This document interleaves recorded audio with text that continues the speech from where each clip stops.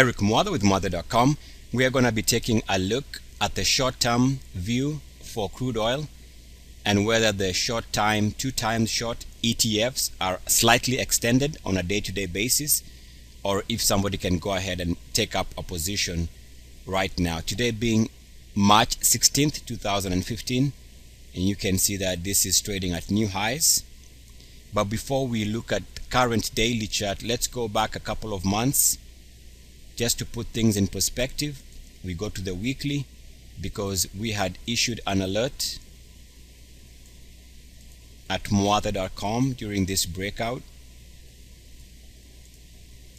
right there in the lower 30s. And even though the breakout looked great, I have to admit, did not expect this move to 110 in about 4 months. So the move was a little bit of a surprise in terms of the velocity and how ferocious it has been, but the buy point was always there for the taking because we saw the stock inch and move up its RSI on the weekly to multi-year highs, and so did the monthly. So this is what it looked like in terms of the weekly when we went long on issuing that alert in the lower 30s.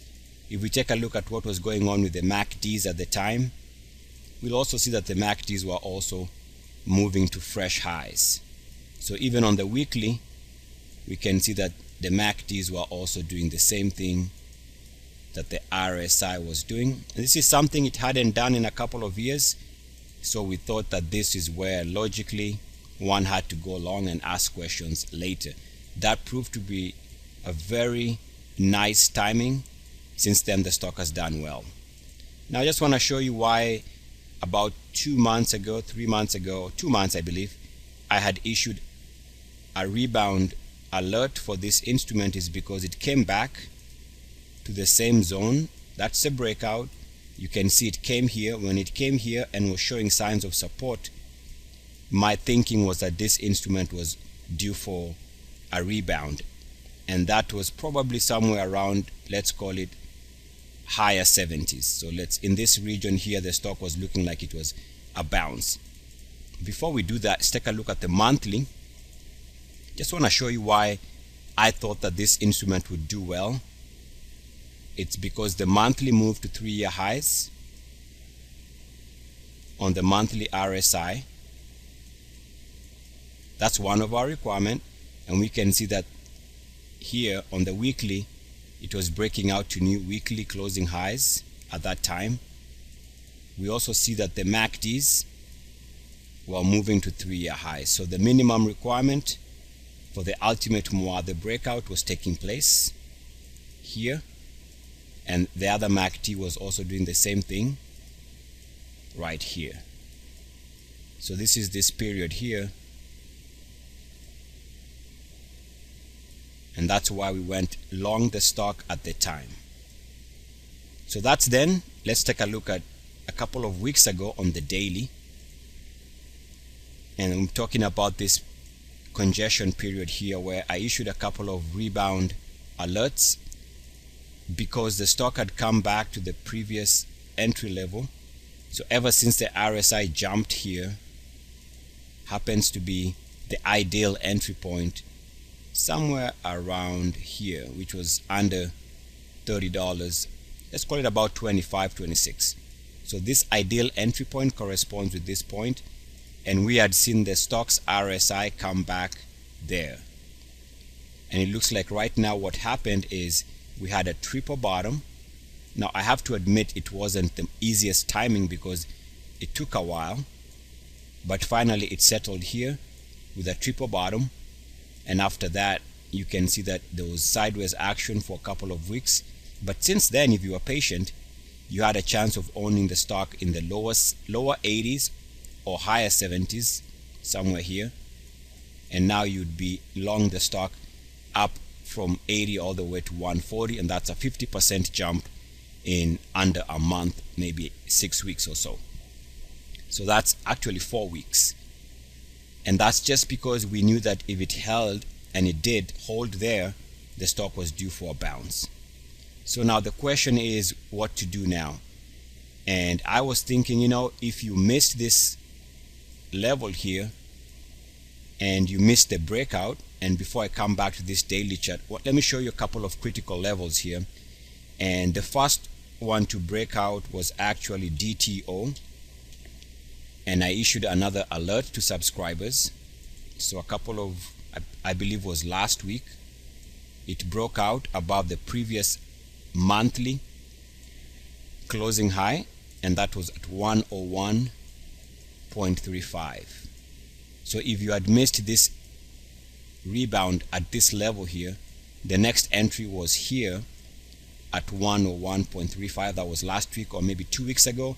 Since then, the stock has had a nice run ever since it jumped above that level at 101.35. Now, some of the other critical levels that we've been watching, for example, SCO just broke out, and you can see that its buy point was here. It's been lagging slightly, but the buy point here was $91. So if you missed this lows here that I just talked about on the daily, your next entry would have been during this breakout, which is right now. So is it extended from 91? Not really. But I want to show you the daily. The one thing also, don't forget that you can see here that the RSI has jumped back above 69.10, which is a sign of strength. So as long as the RSI is holding above 69.10, and as long as the stock is holding above 91, maybe there is more upside. Let's go back to the daily. The reason why I was saying, you know, I'm not sure how much upside is left here day to day. There might be a pullback and then another push. I'm not sure. Is if I extend this line like that, something like there, you can see that it connects these lows close to these lows here, and then finally broke down right there, and the stock has come back very close to that back test.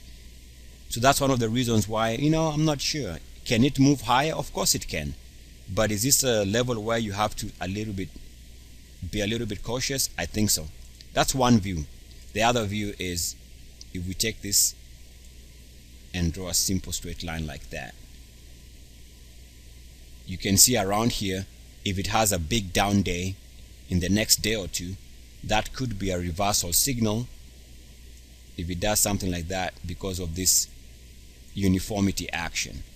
So that's why I'm saying, even though there could be, and maybe there is more upside, I'm a little bit curious here, or not sure whether this is going to be a backtest failure area like that. So you can see this could very easily be one line of resistance and the other line coming like that, both of them coinciding with exactly where the stock closed on Monday or after Monday's action.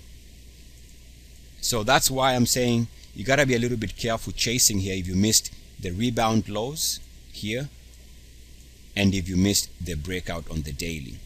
Now, there's another way you can look at this, and let's take a look at crude oil itself. So,